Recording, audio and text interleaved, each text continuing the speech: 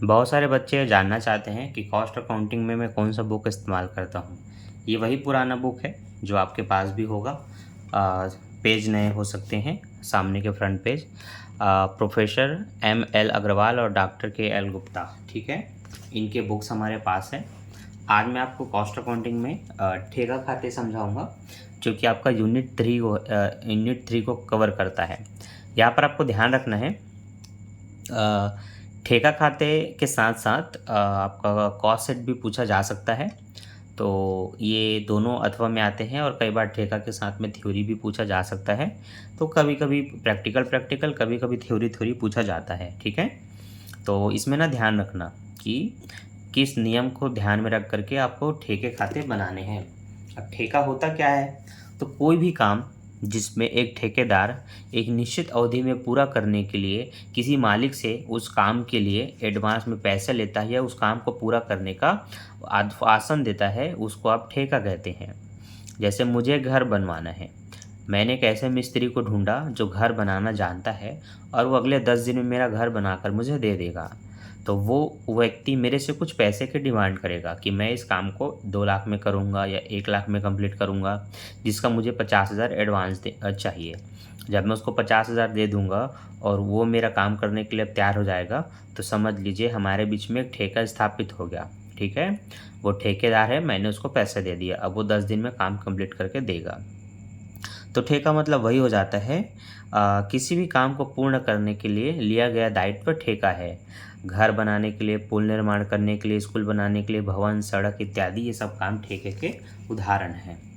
तो देखिए, इसमें थ्योरी है कि ठेकेदार विभिन्न ठेकों का लेखा करने के लिए खाता बही रखता है, जिसमें प्रत्येक ठेकेदाता एवं उसके ठेके का अलग अलग खाता खोला जाता है। प्रत्येक ठेके के खाते को एक संख्या भी प्रदान की जाती है, ताकि उस ठेके खाते को उसकी संख्या द्वारा पहचान की जा सके। जैसे कि ठेका संख्या 101, ठीक है, जिसको कॉन्टैक्ट नंबर 101 बोलते हैं। ठेका संख्या 102, कॉन्टैक्ट नंबर 102। इसके अतिरिक्त ठेके से संबंधित निम्नलिखित सूचनाएं भी हैं। इन सूचनाओं को ध्यान में रखना क्या क्या है। पहला, ठेका पूरा करने का स्थान क्या है, यह आपको जरूरी जानना है। ठेका कार्य आरंभ करने की तिथि क्या है, ये भी बहुत ज़रूरी है। ठेका कार्य समाप्ति की तिथि क्या है, ठीक है, ये भी बहुत ज़रूरी है। चौथा पॉइंट, ठेका मूल्य, मतलब ठेका कितने कीमत पे लिया जा रहा है। पांचवा, किस्तों में प्राप्त होने वाले मूल्य की शर्तें, क्या पैसा एक साथ प्राप्त हो रहा है या आपको किस्तों में दिया जा रहा है। कार्य के प्रमाणित होने की तिथि व धनराशियाँ, ठीक है।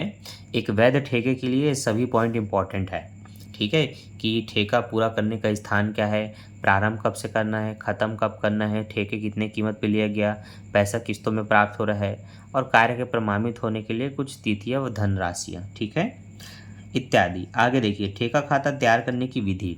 आपको ठेका खाता बनाना सीखना है, जो कि अभी प्रोसेस में आपको ये दिखाऊंगा कि कैसे क्या क्या बन रहा है, लेकिन थोड़ा सा विधि जानना आपके लिए बहुत ज़रूरी है। तो थोड़ी सी थ्योरी को सुन लीजिए, ठीक है, फिर आगे बढ़ते हैं। ठेका बही खाते में प्रत्येक ठेके के लिए एक अलग से ठेका खाता तैयार किया जाता है। मतलब जितनी बार कोई ठेकेदार ठेका लेता है, वो अपने ठेके खाते अलग अलग तैयार करते हैं। या एक मालिक भी जब अलग अलग काम करवाते जाएगा, एक कंप्लीट होने के बाद दूसरा काम, तो वो भी अलग अलग ठेके खाते तैयार करते हैं, ताकि एक विशिष्ट ठेके से संबंधित समस्त लागत एक खाते में एकत्रित की जा सके। तो जो भी ठेका हुआ, उसमें जितने भी सामग्री, श्रम जो भी लगा, उसका एक ब्यौरा बनाया जा सके। ठेके पर होने वाले समस्त व्यय, जैसे कि प्रत्यक्ष सामग्री, विभिन्न स्रोतों से प्राप्त सामग्री, प्रत्यक्ष मजदूरी, प्रत्यक्ष व्यय, उप ठेके की लागत, विशिष्ट प्लांट की लागत, अप्रत्यक्ष व्यय, अदत्त व्यय, सामान्य प्लांट जो एक से अधिक ठेकों पर प्रयोग होता है का ह्रास इत्यादि को ठेके खाते में डेबिट किया जाता है। ठेका खाते में क्रेडिट पक्ष में पूर्तिकर्ता को लौटाई गई सामग्री, स्टोर को वापस की गई अन्य ठेकों को हस्तांतरित की गई सामग्री, चोरी हुई सामग्री, खराब हुई सामग्री, बेची गई सामग्री, हस्तांतर सामग्री, स्टोर को वापस की गई सामग्री या प्लांट, अन्य ठेकों पर हस्तांतरित प्लांट व बेचे गए प्लांट, हस्त प्लांट आदि की लागत को दर्शाया जाता है समाकलन साइड में, क्रेडिट पक्ष में, ठीक है, ये बताया गया है। तो यही बातें आपको याद रखना है कि डेबिट में क्या क्या आता है। तो डेबिट का पूरा ब्यौरा ऊपर में दिया गया है, क्रेडिट का पूरा ब्यौरा नीचे में दिया गया है, ठीक है। उपरोक्त मदों के अलावा यदि ठेका पूर्ण हो जाता है तो ठेके को ठेका मूल्य से क्रेडिट कर दिया जाता है। यदि वर्ष के अंत में ठेका अपूर्ण रहता है तो ठेका खाता को चालू कार्य की लागत से क्रेडिट किया जाता है। देखो पूर्ण हो गया तो ठेके मूल्य से क्रेडिट किया जाएगा, और अगर वो अपूर्ण है तो ठेका खाता को चालू कार्य की लागत से क्रेडिट किया जाता है। इस चालू कार्य में प्रमाणित कार्य की लागत व अप्रमाणित कार्यों की लागत शामिल की जाती है। अंत में ठेका कार्य पर लाभ हानि की गणना आगे बताए गए नियम के अनुसार किया जाएगा। ठीक है, ध्यान देना। ये है आपका ठेका खाता का नमूना व डेबिट क्रेडिट पक्ष की मदें, जिसमें कॉन्ट्रैक्ट नंबर, ठीक है, कॉन्ट्रैक्ट नहीं, ठीक है, कॉन्ट्रैक्ट। चलिए मैं आपको कॉलम दिखाता हूँ, उस पर आप बेहतर समझेंगे।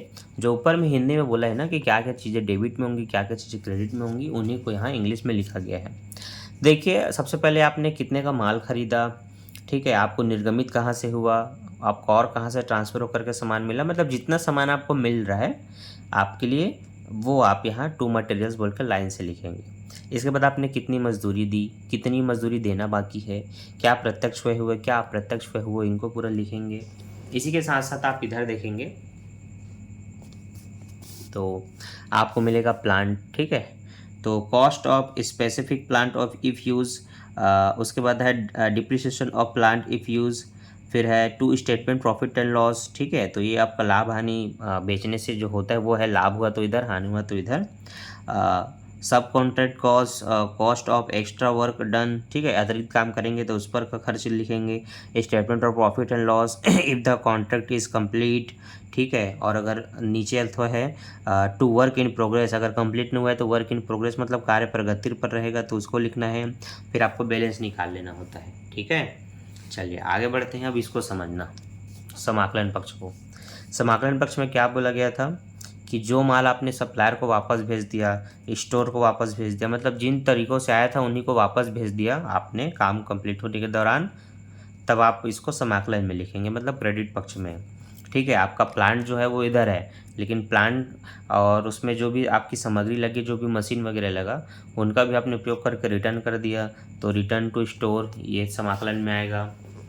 साथ ही साथ यहाँ पर आप देखेंगे बताया गया है ट्रांसफ़र टू अदर कॉन्ट्रैक्ट, तो आप देखिए एक कॉन्ट्रैक्टर जो होता है, जो जिस ठेका लेता है, उसका काम तो जगह जगह चलते रहता है, तो एक जगह से काम पूरा दूसरे जगह भेज देता है, तो इधर आएगा। अगर उसने कुछ सामान को बेच दिया जो उसके उपयोग की नहीं है तो वो भी इधर आ जाएगा, ठीक है। इसी तरह से सारे पॉइंट आप देख सकते हैं, जोड़ घटाव करने से आपका प्रॉफिट एंड लॉस है, और इसी में ना कुछ कुछ चीज़ें चोरी हो जाती है, जल जाती है, नुकसान हो जाती है, उन सबको यहाँ लिखा गया है, ठीक है। मटेरियल का लॉस्ट होना, स्टोलन मतलब चोरी हो जाना, आग में जल जाना, ये सब चीज़ें यहाँ लिखी जाती है, ठीक। अब ये देखो, ठेका अपूर्ण होने की दशा में जो बात बताई गई थी, ठेका अगर अपूर्ण हुआ तो कितना मटेरियल लगा था, कितना वेजेस हुआ था, मतलब सामग्री, श्रम, प्लांट और मशीन, ठीक है। अदर एक्सपेंसेस मतलब क्या व्यय हुए थे। फिर इधर आपको लिख लेना है कि जो मटेरियल को रिटर्न कर दिया गया, प्लांट को रिटर्न कर दिया गया, मटेरियल अगर कोई साइड में मटेरियल है, साइड मतलब जहाँ काम चल रहा है वहाँ मटेरियल है, वहाँ प्लांट भी है, ठीक है। तो अब कॉन्ट्रैक्ट का अमाउंट कि कितना फीस में उसको चार्ज किया गया है, इन दोनों पक्षों का आपस में जोड़ घटा करके इसमें स्टेटमेंट निकालते हैं प्रॉफिट एंड लॉस का, ठीक है। लाभ हुआ तो इधर, हानि हुआ तो इधर। अब इसी हिसाब से और भी डिटेल्स यहाँ पर दिया गया है, जब आप प्रैक्टिकल बनाएंगे तो इनकी आवश्यकता पड़ेगी। फिलहाल अभी के जो प्रैक्टिकल समझाऊंगा उसके लिए ना इस बेसिक मुद्दे को याद रखना और देखना, क्वेश्चन आपको धीरे धीरे समझ में आएगा, ठीक है। चलिए आते हैं हमारे पहले उदाहरण में, और इस वीडियो में एंड तक बने रहना ताकि मैं जो भी समझाऊं आपको क्लियर कट समझ में आए, मतलब कहीं भी कुछ भी डाउट ना रहे, ठीक है। चलिए, तो हमने वीडियो को थोड़ा सा जूम कर लिया है ताकि आपको मैं काफ़ी बड़े तरीके से दिखा करके समझा सकूं, ठीक है। चलिए आगे बढ़ते हैं। आपको ये ध्यान रखना है कि आपके पास सामग्री आप कहाँ से आपको मिली, स्टोर से मिली, क्रय किया, उन सबको इधर लिख लेना है। तो सबसे पहले लिखा है स्टोर से प्राप्त सामग्री 40,000, सीधी सामग्री खरीदी 15,000। तो आपको देखो, एक तो मिला है और एक आपने खरीदा है, इन दोनों को आपको कहाँ लिखना है, डेबिट साइड, क्योंकि जो आप रिटर्न कर देंगे या बेच देंगे वो समाकलन में आता है। तो ध्यान रहे, स्टोर से प्राप्त और सीधी क्रय सामग्री, इसको आप लिख लेंगे material from store, material purchase, है ना। एक आपने प्राप्त किया, एक आपने खरीदा 15,000 और 40,000 का। आदेश के अनुकूल न होने कारण सामग्री विक्रेता को लौटाई, लौटाया मतलब समाकलन में आना है। तो ठीक है, सप्लायर रिटर्न कर, मटेरियल को रिटर्न कर दिया टू सप्लायर 2,000 का। ठेके से सामग्री प्राप्त की 6,000 का। तो आप यहाँ पर लिखोगे आपको प्राप्त हो रहा है ना। तो मटेरियल ट्रांसफ़र फ्रॉम बी, किससे मिला आपको, बी से मिला 6,000 का। आगे क्या बोला है, सर ठेके को हस्तांतरित की गई 3,000 का। अब आपने हस्तांतरित कर दिया, देखो यहाँ आपको मिला था और यहाँ पर आपने हस्तांतरित किया, तो जो आप भेजेंगे वो इधर आता है। तो 3,000 देखो इधर है। मटेरियल ट्रांसफ़र टू सी, सामग्री स्टोर में लौटाई गई, है ना, ठीक है। अच्छा, स को हस्तांतरण 3,000 है, फिर आगे बोला है सामग्री स्टोर में लौटाएगी 5,000 का। 5,000 का और लौटा दिया गया, तो 5,000 इधर रिटर्न टू स्टोर करके लिख देना है मटेरियल को, ठीक है। सामग्री की चोरी 2,000 की हुई है, तो चोरी को तो आपको लिखना है। साथ ही साथ 1,200 की अग्नि में नष्ट हो गया, तो इसको भी लिखना है। क्यों, क्या बोल के लिखना है, प्रॉफिट एंड लॉस, क्योंकि आपको हानि हो गई है। तो भाई प्रॉफिट एंड लॉस करके बताना है, एक चोरी हुई है और एक आग में जल गई है, दोनों मिला के हुए 3,200। आगे, तथा 300 रुपये की ठेका कार्य की प्रक्रिया में क्षय हो गया, मतलब कुछ काम करते करते ना कुछ सामग्री टूट जाती है, फूट जाती है, नुकसान हो जाती है, तो 300 का क्षय हुआ है। आगे बोला है 2,000 की सामग्री की लागत को 22,000 रुपये में बेच दी, 2,200 रुपये में बेच दी। 2,000 का सामान 2,200 में बेचा, आपको 200 का लाभ हुआ। इस 200 के लाभ को आप यहाँ लिखना, टू प्रॉफिट एंड लॉस 200 रुपये का, ठीक है। अब जो सेलिंग हुआ है वो आपको यहाँ पर लिखना है, टोटल अमाउंट कितने का सेलिंग हुआ है, 2,200 का, तो यहाँ पर आप लिखेंगे 2,200 रुपये। कार्य की प्रक्रिया में क्षय हुई सामग्री में केवल 100 रुपये में बेच दिया गया, मतलब कुछ भी टूटा होगा, जैसे कि मान लेते हैं घमेले का उपयोग किया जा रहा है, जो कि लोहे का हो सकता है, टीने का हो सकता है, या फिर प्लास्टिक का, तो उनको टूटने फूटने पर वो कबाड़ी में बिक जाते हैं। तो 300 का सामान जो नुकसान हुआ था उनको बेचने से 100 रुपये मिल गया, तो 100 रुपये मिल गया, तो इस 100 रुपये को लिखेंगे, उस 300 को नहीं, ठीक। याद रखना, क्षय हुए पैसे को नहीं लिखा जा रहा है, मतलब नहीं लिखते, उसमें से उसको बेचने से जो पैसा मिला उसको लिखते हैं। अंततः हाथ में सामग्री 4,000 का, जो सामग्री आपके हाथ में रहे ना, ठीक है, वो आपको यहाँ पर लिखना है। ये आपका क्लोजिंग स्टॉक होता है, ये आप समझ सकते हैं, इसको आपको समाकलन में ही दिखाना है। तो इस तरह से आपने 4,000 यहाँ पर लिखा, ठीक है, क्लियर है, ठीक। इस तरह से अब आप जोड़ घटाव करते हैं, तो ये आपका 40, 15, 6 कुछ होगा, और इधर को आप जोड़ेंगे, आपस में जोड़ घटा के बैलेंस निकालेंगे। अब ये क्वेश्चन हुआ समाप्त। इसमें आपको याद क्या रखना है, आपको सामग्री कहाँ कहाँ से मिला, ठीक है, स्टोर से मिला कि किसी और कॉन्ट्रैक्ट से मिला, आपने कितना खरीदा सप्लाइन से, इधर क्या मजदूरी दी, क्या खर्च हुए, इधर आपने किसको रिटर्न कर दिया, किसको भेज दिया, प्लांट साइड में है, कितना नुकसान हुआ, कितना जल गया, 6 सामान को कितने में बेचा और एक्चुअल के सामान को कितने में बेचा, ये सब आपको यहाँ लिखना है। अब ये आपको और बेहतर समझ में आएगा जब आप क्वेश्चन नंबर 2 देखेंगे। तो चलिए, क्वेश्चन नंबर 2 आपका इंतजार कर रहा है। क्वेश्चन नंबर 2 में कहा है कि निम्न सूचनाओं से आप एक्स का ठेका खाता और प्लांट खाते में लेखा कैसे करेंगे, दिखाइए। वर्ष में 1 मार्च को 60,000 रुपये का प्लांट ठेके को निर्गमित किया गया, कितने का, 3,000 रुपये का, ठीक है। तो 1 वर्ष में 1 मार्च को 60,000 रुपये का प्लांट ठेके को निर्गमित किया गया, 3,000 रुपये, देखो निर्गमित है 60,000 का, फिर आगे बोला 3,000 की लागत का प्लांट 31 अगस्त को ब ठेके को हस्तांतरित कर दिया गया, मतलब कि किसी और को दे दिया गया, ठीक है, ये उस समाकलन का साइड है। 2,000 रुपये की लागत का प्लांट चोरी हो गया, ये भी समाकलन का साइड है, तथा अन्य 2,000 की लागत का माल आग से नष्ट हो गया, ये भी समाकलन साइड है। यह प्लांट पूरे मूल्य से अग्नि बीमा कराया हुआ था। 5,000 की लागत का प्लांट 4,500 में बेच दिया गया, इसमें अब 500 की हानि हो रही है। वर्ष के अंत में 31 दिसंबर को प्लांट पर 10% की दर से ह्रास लगाना है, ठीक है। तो देखो एक ही चीज़ मेरे को दिख रहा है, विकलन में जो 60,000 रहेगा, तो आप अपने आंसर की पुष्टि करिए। आप आंसर में देखेंगे तो सिर्फ 60,000 को ही लिखा गया है। ऐसा क्यों किया गया है, क्योंकि एक ही चीज़ है आपके पास जो आपको मिला है 60,000 का, बाकी सारी चीज़ें समाकलन का है। 3,000 की लागत का प्लांट 31 अगस्त को बी को ट्रांसफ़र कर दिया गया था, तो बाय कॉन्ट्रैक्ट बी, है ना, किसको ट्रांसफ़र किया गया था, बी को, तो कितने का प्लांट था, 3,000 का, ठीक है, लिख दिए, ठीक है। उसके बाद जो भी आप प्लांट ट्रांसफ़र कर रहे हैं, अगर पूरे प्रश्न में नीचे में ह्रास बोला है तो आपको निकालना पड़ेगा। तो 10% ह्रास बोला है तो 3000 का 10% आप ह्रास निकालेंगे। पर चूँकि कब किया गया, 31 अगस्त को और मार्च से शुरू हो रहा है, तो आप मार्च, अप्रैल, मई, जून, जुलाई, अगस्त ऐसे गिनेंगे। तो 6 महीने का ह्रास आपको निकालना है। तो इस तरह से यहाँ पर 6/12 करके आप निकालेंगे ना, तो 10% तो 300 होगा। 6/12 मतलब 6 कम 6, 6 दूनी 12, 2 से स्क्वायर काटेंगे 300 को तो 150 निकलेगा। तो 300 में 150 घटा के आप 2850 रुपये लिखेंगे। इसके बाद प्रॉफिट एंड लॉस क्या हुआ है आपको, तो ध्यान देना, 2000 की लागत का प्लांट चोरी हो गया, ठीक है, और अन्य 2000 की लागत का माल आग से नष्ट हो गया। तो एक आपका चोरी हो गया और एक आग से नष्ट हो गया। फिर जब आपने बेचा 4500 रुपये में, तो इसमें से 500 की हानि हो गई, वो हानि को भी आप लिखेंगे बाय प्रॉफिट एंड लॉस बोल करके, ठीक है। तो ये विक्रय मूल्य है और ये आपका लाभ हानि है। इसके बाद आप ये देखो कि आपके पास प्लांट कितने का बचा है, उसमें से आप इसको करेंगे, है ना, मतलब ये अमाउंट निकालेंगे। तो चलिए आपको दिखाते हैं कि आपका ये अमाउंट टोटल कितना हो रहा है, इतना। तो ये आपका हुआ 5000, 5, 7, 7, 9, 9 और लगभग अच्छा, कार्य विधि में दिया है यार, मैं काहे इतना मेहनत कर रहा हूँ। देखो, प्लांट का मूल्य 60,000 रुपये, इसमें ट्रांसफ़र हुआ है 3000 का, चोरी हुआ है 2000 का, आग में जल रहा है 2000 का, और प्लांट आपने बेच दिया 5000 का। तो कुल मिला के जो भी आपके पास प्लांट है उसमें से कितना कितना आपने बेच दिया, निर्गमित कर दिया, नुकसान हो गया। तो टोटल अमाउंट है उसका 12000। तो आपके पास जितने का पहले आया था प्लांट, उस 60,000 में से आप जितना गया उनको घटा दीजिए, तो 48,000 बचा। इस 48,000 पर ना आपको 10% का वो निकालना है, क्या कहते हैं, ह्रास निकालना है। लेकिन 31 दिसंबर का है, तो आपको गिनना पड़ेगा मार्च, अप्रैल, मई, जून, जुलाई, अगस्त, सितंबर, अक्टूबर, नवंबर, ठीक।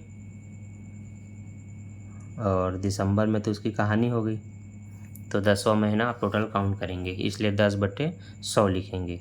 तो इस तरह से आपका इसमें आंसर निकल जाएगा 4000 रुपये, ठीक है। कैसे निकला, एक छोटी सी कार्य विधि आपको दिखानी पड़ेगी, तो ध्यान देना। 48,000 का 10% और 10 महीने बटे 12, 10 से 10, 10 से 10 कटा, और 12 कम 12, 12 चौक 48, 3 0 बचा, मतलब 4000 निकला। इसी 4000 को 48,000 में से घटा देंगे, 44,000 आएगा। बस ये आपका कंप्लीट होता है।